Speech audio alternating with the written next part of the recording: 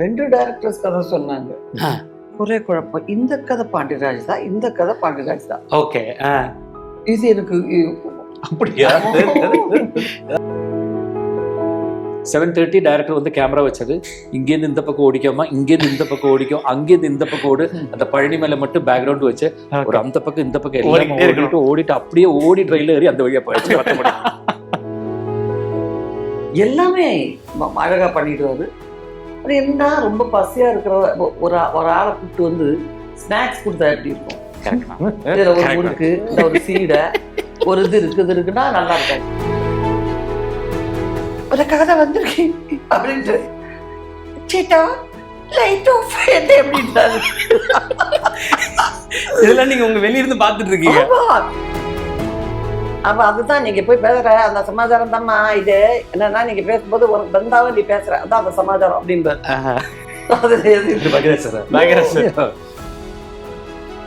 தங்கம் வாங்க இது பொன்னான நேரம். தங்கமயில் வழங்கும் பிக் பாக்ஸ் ஆஃபர். இச்சலுகை மே 31ஆம் தேதி வரை மட்டுமே. வணக்கம் சார். வணக்கம் மேம். வணக்கம். நமஸ்காரம். நமஸ்காரம். நமஸ்காரம். எனக்கு என்ன ஆச்சரியம்னா, 2 பேருமே ரொம்ப ரேரா இன்டர்வியூ கொடுக்குற ஒரு ஆர்டிஸ்ட். ஸோ 2 பேரோட இன்டர்வியூமே வந்து யூடியூப்ல வருது அப்படின்னா அது ரொம்ப ரொம்ப ரேரா தான் இருக்கும். ஆனா 2 பேரையும் சேர்ந்து இன்டர்வியூ பண்றோம் அப்படின்றது வந்து எனக்கு ரொம்ப ஆச்சரியமா இருக்கு. இது மாதிரி இது நடக்குதா உண்மையாவே அப்படின்ற மாதிரி இருக்கு மேம். ஸோ நீங்க 2 பேரும் எவ்வளவு எக்ஸைட்டடா இருக்கீங்க? எனக்கு அந்த எக்ஸைட்மெண்ட் ரொம்ப இருக்கு. ஏன்னா பொடி இந்த படத்துக்குள்ள நான் எப்பவும் பொடினா பொடி மோல் தான் பேரு வீட்டுல கூப்பிடுறது. ஓகே. இத்தனை வருஷமா ஆல்மோஸ்ட் 38 இயர்ஸா நாங்க சேர்ந்து ஒர்க் பண்ணிட்டு இருக்கோம். 38 வருஷம். அப்போ பொடிமோல் தான் கூப்பிடுறது. பொடி கூட ஃபர்ஸ்ட் படத்துல நாங்க 88ல நடிச்ச அதே எக்ஸைட்மெண்ட் எனக்கு இப்போ இருக்கு. ஓகே. பாண்டியராஜ் சார் வந்து இந்த ஸ்கிரிப்ட் என்கிட்ட வந்து ஃபர்ஸ்ட் 1 லைன் சொன்னாரு.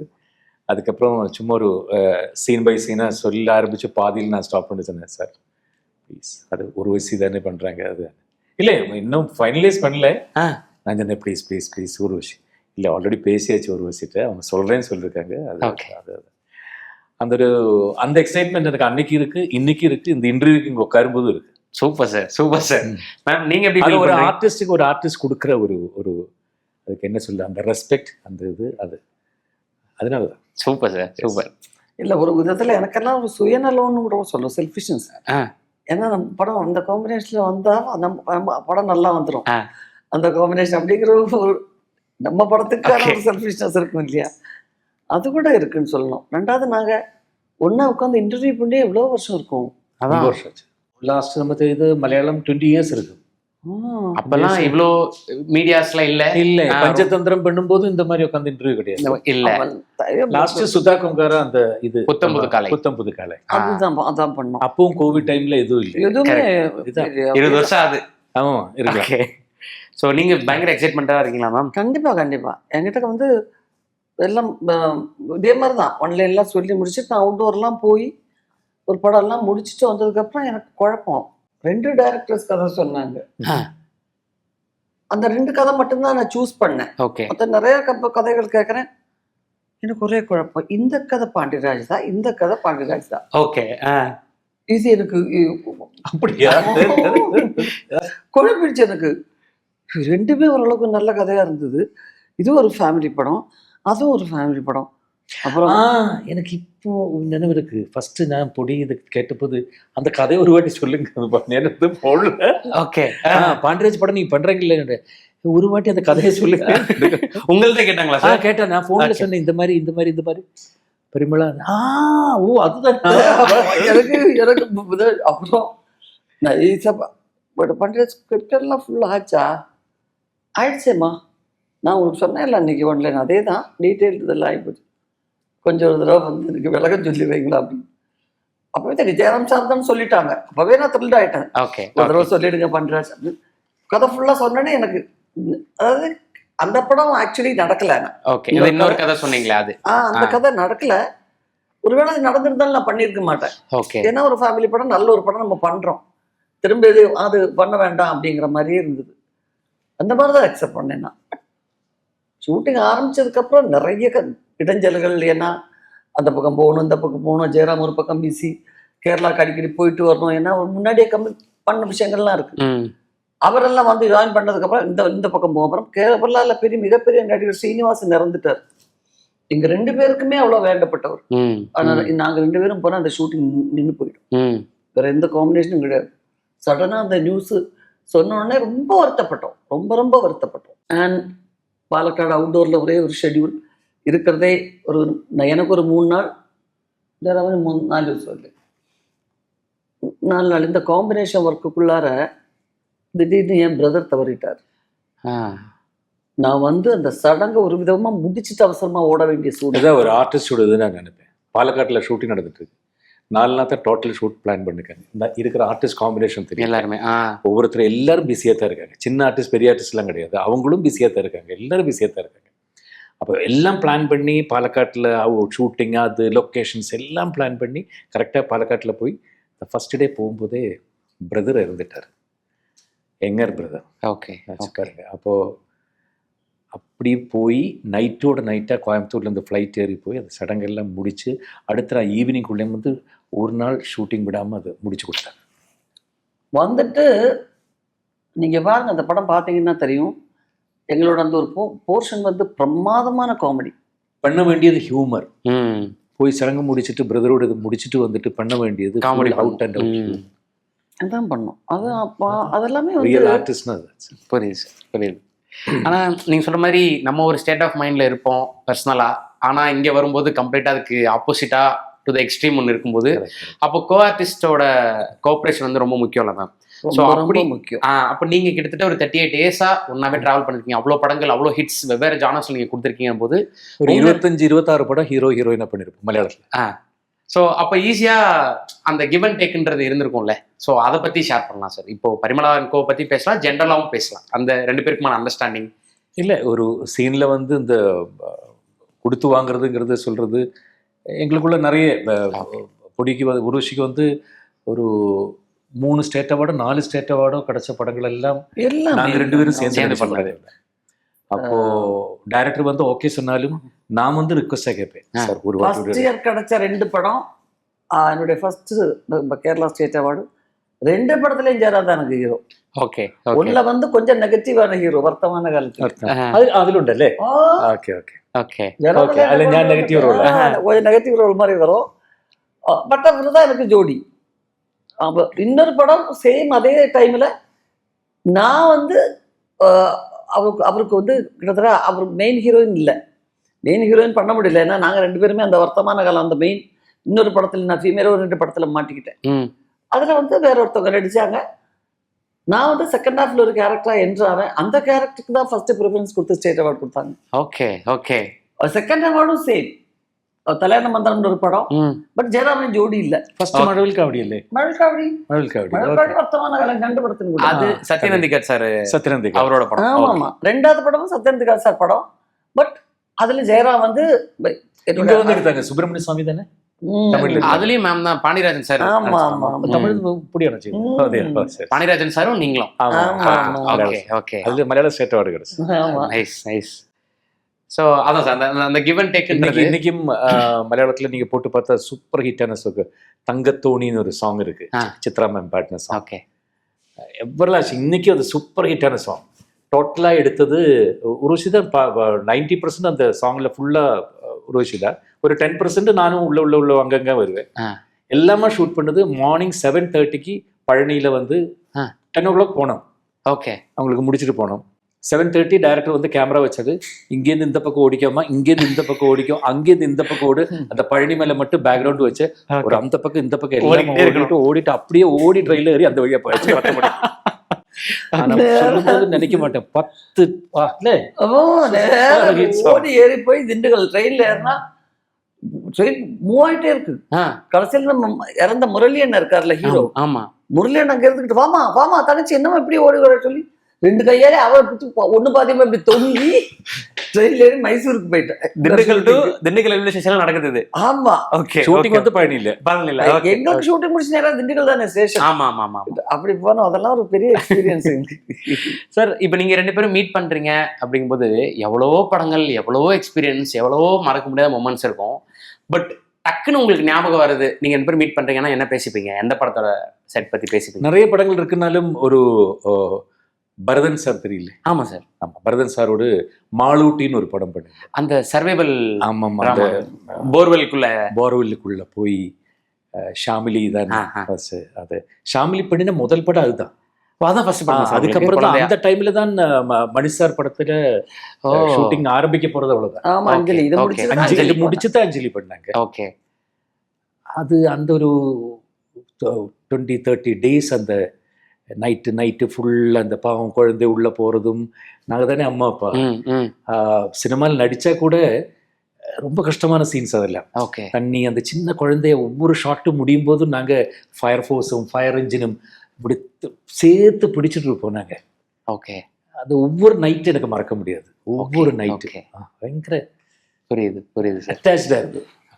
உங்களுக்கு மேம் என்ன சார்? அந்த படம் எங்களுக்கு தெரியாது. ஓகே. ஆக்சுவலி போர்வெல்னாலே எனக்கு என்னன்னு தெரியாது. ஓகே. அப்படி ஒரு ப்ராசஸ் நான் கிணறு பார்த்துப்போம். அதுக்கப்புறம் எவ்வளவு இன்சிடென்ட் அந்த மாதிரி அதெல்லாம் இது என்னன்னே தெரியாது. இப்படி ஒரு விஷயம் இருக்கு, இதுல ஒரு குழந்தைக்கு அப்படியே டக்குன்னு போற மாதிரி குழா இருக்கும், இதெல்லாம் தெரியவே தெரியாது. எடுத்த ப்ராசஸிங் எல்லாம் எனக்கு ரொம்ப டென்ஷன் ஆயிடுச்சு. முன்னாடியும் மலையாள இன்டர்வியூ அதான் தெரியாது. ஒரு குழந்தைக்கு அந்த குழந்தைய போட விட்டாங்க. பேபி ஷாலினியோட அப்பாவை நான் இப்பவும் நம்ம சொல்லுவேன், ஒரு காலில் விழுந்து கும்பிடணும். நான்லாம் என் குழந்தையா இருந்து நான் ஒத்துக்கிட்டு இருந்துக்கவே மாட்டேன். அது ஓடி வருது, ஒரு பள்ளத்தை எடுத்துட்டாங்க. அந்த குழந்தை பார்த்துக்கிட்டே இருக்கு அந்த பள்ளத்தை எடுக்கிறது, இவங்க ரிஹர்சல் பண்றது, அது இதெல்லாம் பார்த்துக்கிட்டே இருக்கு. ஓடி அந்த மேல குப்பை எல்லாம் போட்டாங்க. ஓடி அந்த இடம் வரும்போது குழந்தை அப்படியே நிக்குது, விழமாட்டேங்குது.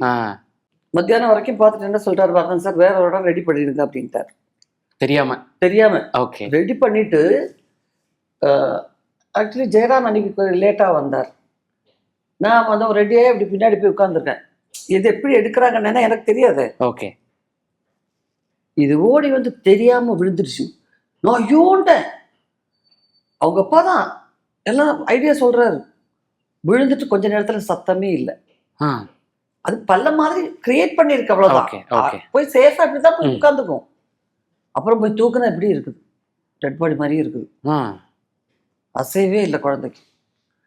போய் தட்டுறாங்க, கொள்றாங்க, எல்லாம் பண்றாங்க. ரொம்ப நேரம் கழிச்சு வந்துச்சு அந்த மூச்சு. பயம் பயமா எனக்கா அழுதுட்டேன் நான். அதுக்கப்புறம் இந்த குழந்தை அங்க இருக்குன்னு நாய் போய் கத்தணும். இந்த நாய் கத்துறத வச்சுதான் விஜயராம் ஓடுவாரு. போயிட்டு அது ஏன் நாய் எங்க பார்த்து கத்துது, குழந்தைய காணாம பார்த்தா அதுக்குள்ள விழுந்திருக்குன்றத ஃபர்ஸ்ட் கண்டுபிடிக்கிறது. இது எப்படி கத்து நாய் சும்மா? ரொம்ப நேரம் கத்துறதுக்கு எடுத்து பார்த்து நடக்காம கடைசியில பரதநாசன் ஒண்ணு ஐடியா பண்ணலாம்.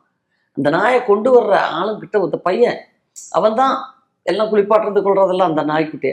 அவன் குரலை இதுக்குள்ள ரெக்கார்ட் பண்ணிட்டாங்க டேப் ரெக்கார்டர்ல. ஓகே. ரெக்கார்ட் பண்ணிட்டு அந்த பள்ளத்துல வச்சுட்டாங்க. கரெக்டா கேமரா ஸ்டார்ட் பண்ணிட்டு அந்த இதை ஆன் பண்ணி விட்டு வந்துடும். நாயை ஃப்ரீயா விட்டுருது. அது உள்ள இருந்துக்கிட்டு ஜாக்கி ஜாக்கி இங்க வாங்க ஜாக்கி, இங்கே அங்கே தேடி தேடி உள்ள போய் அது கொலைக்கும். இதெல்லாம் பிரில்லியண்டா எடுத்த விஷயங்கள். அப்ப எனக்கு அதெல்லாமே புதுசு. புரியுது. ரொம்ப ரொம்ப புதுசான விஷயங்கள், மறக்கவே முடியாது. இந்த பள்ளம் மாதிரியே சமமா இன்னொரு பள்ளத்தை நோன்ற அந்த ப்ராசஸ், அதுதான் ஐடியான்னு சொல்றது. கிட்டின் த பிட்டின் என்னமோ ஒரு சின்ன ஷோர் ஸ்டோரியோ என்னமோ தான் அது. ஆக்சுவலி ஓகே, அமெரிக்காவில் நடந்த ஒரு விஷயத்தை வச்சு ஏதோ பண்ணதான் அப்படின்னாரு சார். அதுக்கப்புறம் பேரலா அந்த வழியில போறதெல்லாம் இன்னைக்கு எத்தனையோ இடத்துல இந்த மாதிரி இன்சிடென்ட் நடக்கிறதுல அவங்க அதே சேம் டெக்னாலஜி தான் இன்னொரு இது பண்ணி அங்கே கீழே பேரலா போய் பண்றாரு. ஓகே ஓகே, பெரிய விஷயம். ஸோ எவ்வளவு படம் எடுத்தாலும் பட் இந்த படத்தோட எக்ஸ்பீரியன்ஸ்ன்றது நிறைய படங்கள் ஒவ்வொன்றுலயும் ஒவ்வொரு எக்ஸ்பீரியன்ஸ், ஒவ்வொன்றுலயும் ஒவ்வொன்று. ஓகே, இது ஏதோ ரொம்ப நமக்கு ஒரு இது மாதிரி. ஆனா நீங்க வெவ்வேறு இப்ப இது ஒரு சர்வைவல் ட்ராமா அப்படின்னு எடுத்துட்டு வெவ்வேறு ஜானர்ஸ்ல ஒரு ஃபேமிலி ட்ராமா எடுத்தாலும் ஜெயராம் சார் உருவசி மேம் அப்படின்னாலே காமெடி தான் ஃபர்ஸ்ட் எல்லாருக்கும் ஞாபகம் வருது. அதுதான் மெஜாரிட்டியா நீங்க அந்த ஜானர் தான் நீங்க ரெண்டு பேருமே பண்ணிருக்கீங்க அப்படின்னு போது.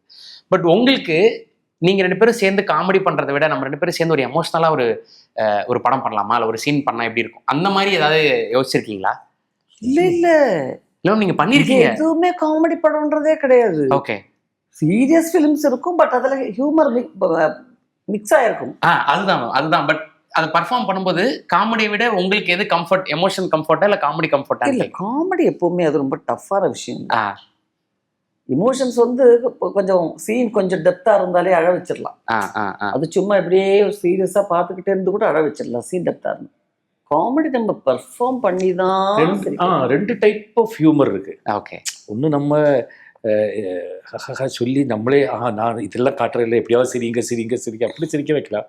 அது இல்லாமல் ரொம்ப சீரியஸான டைம்லேயே இப்போ பஞ்சதந்திரம் அதுதான் பஞ்சதந்திரமே எடுத்துங்க. ரொம்ப நம்ம சீரியஸா சொல்லும்போது தியேட்டர்ல அப்படி விழுந்து ரொம்ப சீரியஸா நாங்க இருக்கோம். அப்போ கமல் சார் இப்படி அந்த ரெட்டியோட அங்க ஒரு ஆஷ்ட்ரே இருக்கு, ப்ளூ சிஸ்டர் அங்க ஒரு கேப்சிகம் இருக்கு, டிரைவர் பேரு பச்சையப்பன். அவர் ஒரு நீல டிரைவர் கூட ஓடி போட்டு நீல இல்ல, அது பெரிய கன்ஃபியூஷன் வரும். அது நாங்கெல்லாம் அங்க சர்வைவலுக்காக காத்துறோம், ஆனா தியேட்டர்ல பயங்கரிச்சிரு அந்த மாதிரி ஜோனர்ல படாது. ஓகே ஓகே, நாங்கெல்லாம் ரொம்ப சீரியஸா இருக்கணும், ரொம்ப சீரியஸா. ஆனா அந்த அப்படியே உள்ள அந்த ஹிடனா அந்த ஹியூமர் இருக்கு. Super sir. அந்த மாதிரி படம் பரிமளா. Okay okay. ஸோ இதில் இந்த ப்ரோமோ இதெல்லாம் பார்க்கும்போது சார் சொன்ன மாதிரி பயங்கர ஹியூமர் இருக்குன்னு புரியுது. இல்லை ரொம்ப அது நான் இப்போ சொல்கிறேன், ஆடியன்ஸுக்கு நம்ம தப்பானது ரொம்ப அப்படியே சிரிக்க வைக்க அப்படி சார் சொல்லல. Okay sir. ஆனால் அதில் ஹிடனா ஹியூமர் இருக்கு, அதை ஃபர்ஸ்ட் டு லாஸ்ட் எல்லாரும் என்ஜாய் பண்ணுவாங்க. சூப்பர், அப்படிதான் நான் நினைக்கிறேன். Super sir. என்னோட சும்மா அசஸ்மெண்ட். ஓகே, வீட்டில் அவங்க ஃபேமிலியோட வந்தாங்கன்னா அப்பா அம்மா குழந்தைங்க எல்லாரும் ஒரே மாதிரி அவங்க என்ஜாய் பண்ணுவாங்க. அதுல அதுக்குன்னு full out and out humour அப்படி எல்லாம் எதுவும் சொல்ல. நீங்க 2 பேர் இருக்கிறனால அப்படி ஒரு இது வந்து இருக்கு வெளியிருந்து பார்க்கும்போது. ஜெயராம் சார் உருவசிராம் இருக்காங்க, பாண்டரஸ் சார் வந்து என்ஜாய்மெண்ட் இருக்கு அவங்களுக்கு. சார் அப்படி ஒரு ஃபேமிலி படம் என்ஜாயபிளா இருக்கு. Super super. அது இல்லாம ரொம்ப நம்ம அது யோசிக்க வச்சு அழ வச்சு அதெல்லாம் ஒன்றும் கிடையாது. ஓகே ஓகே, ஒன்றும் கிடையாது. ஸோ பாண்டியராஜ் சார் வந்து ஃபேமிலி வேல்யூஸ், அதில் இருக்கக்கூடிய எமோஷன்ஸ், இதுதான் அவருடைய ஒரு ஃபோர். ஒவ்வொரு படம் ஒவ்வொரு மாதிரி ஆக்ஷன் படம் ஒன்று பண்ணியிருக்காரு, குழந்தைங்க படம், அதான் அவரோட முதல் படமே. பசங்க 2 எஜுகேஷன் பற்றி, சூர்யா சார் மாதிரி ஒரு ஹீரோ இருந்தாலும் அது எஜுகேஷன் பற்றி குழந்தைங்களை லீடாக வச்சணும். அது மாதிரி நிறைய விஷயங்கள் பண்ணியிருக்காரு. பட் ஒரு ஹியூமர் அப்படின்ற ஒரு விஷயமும் அங்கங்கே படத்தில் வந்து சுவாரஸ்யமாக இருந்துகிட்டே இருக்கும். அவருடைய படங்களில் உங்கள் 2 பேருக்கும் பிடிச்ச படம் இது? எல்லா படமும் எனக்கு பசங்க ரொம்ப பிடிச்ச படம். ஏன்னா ஃபர்ஸ்ட் இஸ் த பெஸ்ட்டுங்கிறதுனால மட்டும் இல்லை, ஒரு புது ரைட்டர் வந்து அது ஒரு நல்ல விஷயம் சொல்றதுக்காக அந்த மோட்டிவேஷன், அது ஹாஸ்பிட்டல்லாம் அந்த பையனை கை தட்டிடுவாங்க, ரொம்ப கரெக்ட், ரொம்ப நமக்கு நம்மளை மோட்டிவேட் பண்ற மாதிரி இருக்கும் குழந்தைங்க. கரெக்ட். அது எனக்கு ரொம்ப அட்ராக்டான படம். மற்றது எல்லாமே எல்லா படங்களும் இருக்கு, லாஸ்ட் தலைவா தலைவி வரைக்கும் அதை பார்த்து முடியற வரைக்கும் நம்ம அப்படியே பார்த்துக்கிட்டே தான் இருப்போம். ஓகே ஓகே, அதுதான் பெரிய விஷயம் சினிமால. Correct ma'am. ஆமா, புருஷ முண்டாட்டியே தான் காமிச்சுட்டு இருக்க முடியும். என்னடா இவங்களே வர்றாங்க, இவங்களே பேசுறாங்க, எல்லா சீன்லையும் இவங்களே சண்டை போடுறாங்க, திருப்பி வீட்டுக்கு போறாங்க, திருப்பி வர்றாங்க. இது ஒரு குடும்பத்தில் நடக்கிற விஷயம்தான்.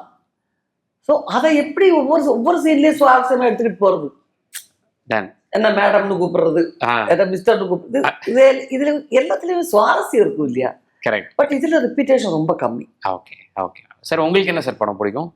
பாண்டியராஜ் சார் டைரக்ஷன்ல வந்த படங்கள் எல்லாமே நான் ஆல்மோஸ்ட் எல்லாமே பார்த்துருக்கேன்.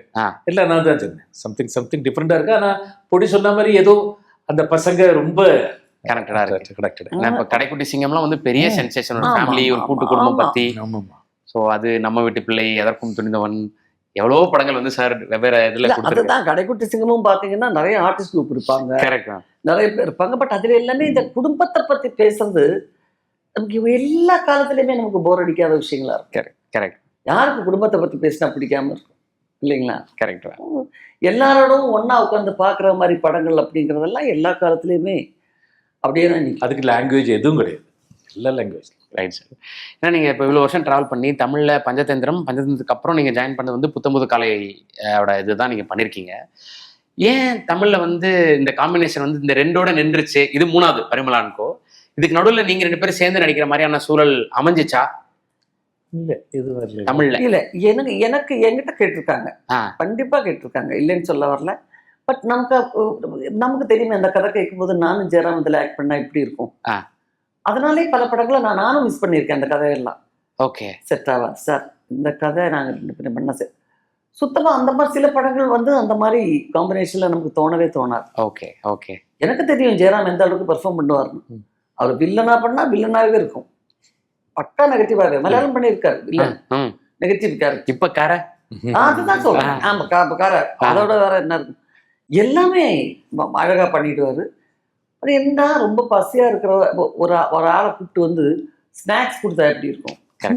இதுல ஒரு முறுக்கு, இந்த ஒரு சீடை, ஒரு இது இருக்குன்னா நல்லா இருக்கும். இந்த பக்கோடா அரைக்கிறத வச்சு ஒரு காஃபி குடிச்சு போனா ஐயோ விருந்து சாப்பிட வந்தவங்க இதை அந்த மாதிரிப்பட்ட சில கதைகள் போது நமக்கே தெரிஞ்சிடும். அது சம்டைம்ஸ் நம்ம சர்வைவலுக்காக சில படம் பண்ண வேண்டி இருக்கும். நம்ம வந்து அவ்வளோ சூஸியாக முடியாதுன்னா கூட நம்ம ஒரு த்ரில்ல இருப்போம். ஜெயராம் காம்பினேஷன் படத்துல பண்றோம்னா அதுல ஏதாவது இருக்கணும் இல்லையா? அப்படிப்பட்ட படங்கள் தான் நிறைய பண்ணியிருக்கோம். புரியுது. முகச்சித்திரம், கடிஞ்சூல் கல்யாணம், அது எல்லாமே நான் சொல்ல இந்த கடிஞ்சூல் கல்யாணம். கடிஞ்சூல் கல்யாணம் மீனிங் என்ன? நம்ம தலைவாசல் தலை கல்யாணம்னு நம்ம சொல்ல மாட்டோம். தலை பிரசவம்னு சொல்லுவோம், தலைச்சம்புள்ளைன்னு சொல்லுவோம். பட் இதுக்கு பேரே தலை கல்யாணம். அதுதான் கடிஞ்சூல் கல்யாணம் அர்த்தம். ஒரே கல்யாணம் அந்த மீனிங்ல வருது. முதல்ல கட்டிக்கணும்னு ஆசைப்பட்டு கட்டிக்கிட்டு எப்படி வரும் அவருடைய புத கல்யாணம் அப்படிங்கிற ஒரு மீனிங்ல ஷூட்டிங் ஆரம்பிச்சு ஒரு 2-3 நாள் கொச்சின் பக்கத்துல ஒரு அலப்பி, கொச்சினுக்கு நடுவில் ஒரு ஊர். அப்போ அதுல ஒரு சீனியர் ஆக்டர், இப்ப எல்லாம் ஒரு உயிரோட இல்லை, அவரோட நான் இங்க காம்பினேஷன்லயும் நிறைய பண்ணியிருக்காரு.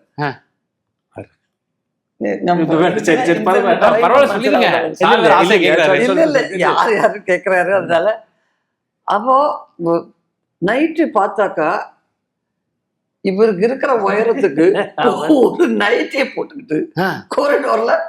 அப்ப நான் இப்படி பாக்குறேன், இந்த சுவிட்சா இந்த பெல்ல அழுத்திட்டு நம்ம ரூம் பாய் இந்த இவ்வளவு நேரம் சாப்பாடு வரலையே அப்படிங்கிறதுக்கு ரூம் பாய்ஸ் யாராவது இருந்தா கேட்கறான்னு பார்த்தா ஒரு பயங்கரமா உயரமா ஒரு பொம்பளை நைட்டி போட்டு போறான். என்ன சட்ட சொல்றேன், ஷோப்பா இவ்வளவு பெரிய உயரமான பொம்பளை இது நடிக்குதா இது? இவ்வளோ உயரமா போய்கிட்டு இருக்கு. அப்புறம் பார்த்தா வெள்ளையில பூ போட்டது. எது கோரிடோர் சைலண்டா இருக்கு. நைட்டு 9-9:30 இருக்கும். அப்பதான் 8:30க்கு தான் ஷூட்டிங் முடிச்சு வந்தோம். பேக்கியா இருக்க போதுமா உள்ளப்பா மாண்டிச்சு தம்மா. எனக்கும் தலையில பார்த்தாக்கா அப்பதான் ஒரு வெள்ளை ஒரு துண்டு மாதிரி இப்படி கட்டி இப்படி விட்டுருக்காப்ல. நான் சொன்னேன், ஐயோ அம்மா பேய்தாம்மா, தலையை பார்த்தம்மா வெள்ளை வெள்ளை இருக்கு அப்படின்னு சொல்றோம். இருந்தாலும் நமக்கு ஒரு ஆங்ஸைட்டி இருக்கு, பயம் இருந்தாலும். லேசா கதை சாத்தி நாங்க 2 பேரும் பார்த்தோம்ல இப்படி இப்படி சுத்தி திரும்பி பார்த்தா ஜெயராம். நீங்க தானே ஜெயராம் யாரையோ நைட்ல ரூமுக்கு போய் ஏமாத்த பாக்குறாரு. அப்படியே போயிட்டு பார்த்தா அந்த ஆர்டிஸ்ட் ரூமுக்கு ஏறிட்டா அப்புறம் உள்ள இருந்து அவரு சொல்றாரு, உனக்காக தான் காத்துக்கிட்டு இருந்தேன். இவர் ஒரு 2-3 நாளா அவரை வந்து இந்த லேண்ட்லைன்ல கீழே ஹோட்டல்ல இருந்து ஃபோன் பண்ணி, சேட்டா உங்களை தான் நான் பார்க்க வந்திருக்கேன். பார்க்கவே இப்படி இல்லை, அவரே அதிசயப்பட்டு போயிட்டாரு. ஐயோ என்னையும் பார்த்து ஒருத்தி இப்படி ஆசைப்பட்டு வராள், சரி பார்த்துருவோம் அப்படின்னு கொஞ்சம் அவர் ஏதோ சாப்பிட்டு இருக்கிறார் பொண்ணு. அதுக்கு போயிருக்காரு. உனக்காக தான் வந்திருக்கேன் அப்படின்ட்டு, சேட்டா லைட் ஆஃப் அப்படின்றாரு. இதெல்லாம் நீங்க உங்க வெளியிருந்து பார்த்துட்டு இருக்கீங்க. சின்ன லாட்ஜுங்க, பயங்கரமா கேக்கும் வேற. இப்ப மாதிரி எல்லாம் கிடையாது. அப்ப பயங்கர அமைதியா இருக்குல்ல, பெரிய ஸ்டார் ஹோட்டல் எல்லாம் கிடையாது. சாதாரண ஒரு மீடியம் லாட்ஜ். போது சேரம் தான் போறாரு, ரூம்ல போறாரு, லைட் ஆஃப் பண்ணுமான்னு கேக்குறாங்க. அம்மா அந்த அம்மா சேஃப்டியா, ஏ பாப்பா வா கதை சாத்து, என்னென்னமோ அமக்கலம் பண்ணிட்டு போறாங்க, நமக்கு என்ன வந்துருக்கு, இல்ல தரக்கூடாது, வீட்டுக்கு தெரிஞ்ச என்ன கொண்டு போட்டுருவாங்க அப்படின்னு. எனக்கு ஆங்ஸைட்டி அதிகம். எப்படி இருந்து நிறைய காமெடி நடந்திருக்கு. ஐயோ காமெடி. அதுக்கப்புறம் அவருக்கு தெரிஞ்சு போச்சு போல இருக்கு, தெரிஞ்சு போயிட்டு துரத்துறாரு.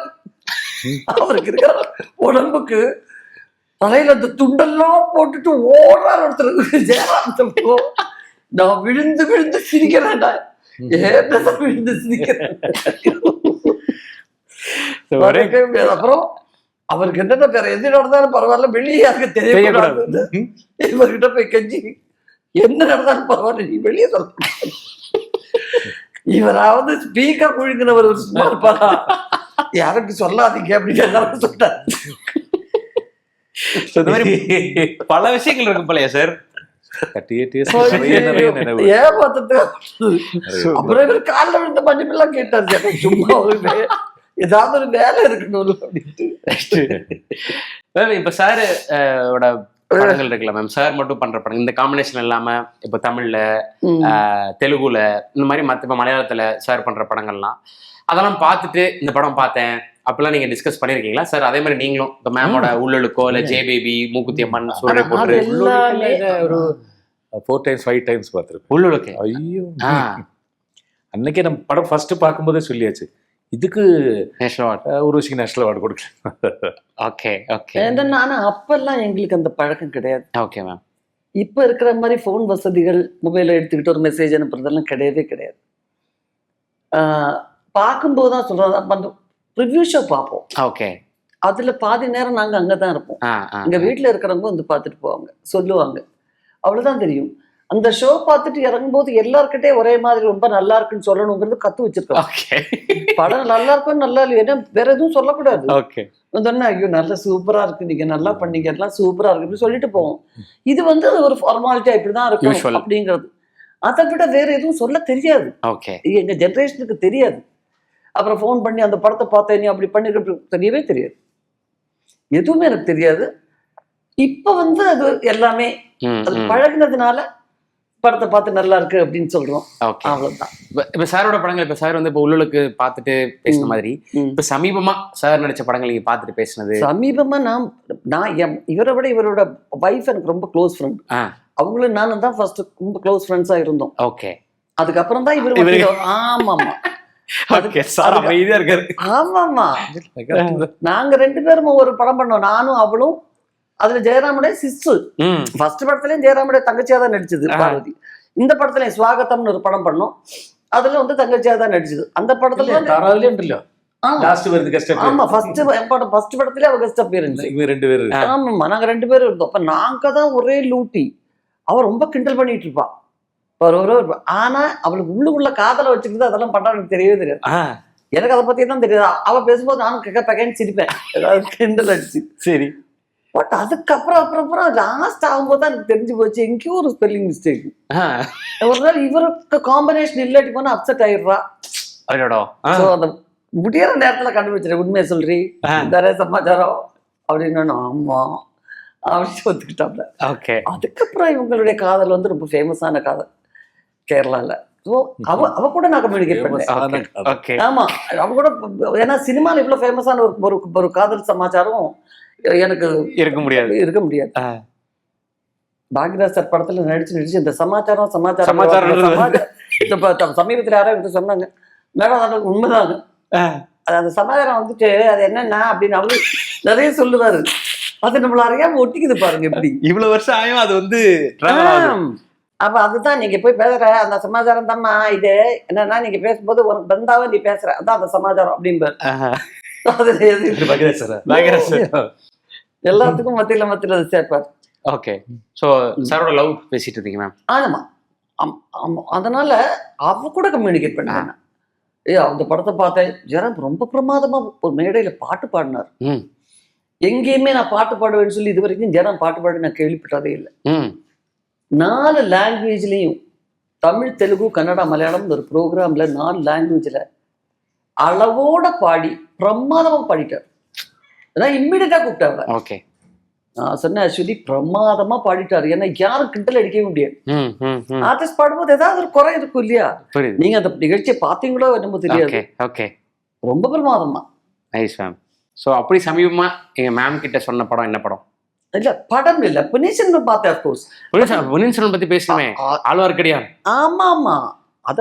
அது வந்து எனக்கு அதிசயம் இல்லை. ஜெயராம் அந்த கேரக்டர்லாம் பண்றது என்னை பொறுத்த வரைக்கும் மிகப்பெரிய அதிசயங்கள்லாம் கிடையாது. ரொம்ப டெடிகேஷன் உள்ள ஒரு ஆர்டிஸ்ட் அவர். அதனால அது எனக்கு பெரிய அதிசயமா எனக்கு தோணாது. ஸோ அதனால ஜெயராம் அந்த படத்துல நல்லா நடிச்சாரு அப்படிலாம் சொல்ல மாட்டோம். ஏதாவது ஸ்பெஷலா பார்க்கும்போது நான் சொல்லுவேன், எப்படி பிரமாதமா பண்ணாரு. ஸோ மிமிக்ரி ஆகட்டும், செண்டைங்கிற ஒரு அந்த ஒரு வாத்தியத்தை அதை ஒரு ஆக்டர் எவ்வளவு தூரத்துக்கு அதை வந்து சின்னதுல படிச்சு அதை வேஸ்ட் பண்ணாம அது தன் வாழ்க்கையில் ஒரு முக்கியமான ஒரு விஷயமா கொண்டு வர்றதுங்கிறது அதுவும் ரொம்ப பெரிய விஷயம். ரொம்ப பெரிய விஷயம்.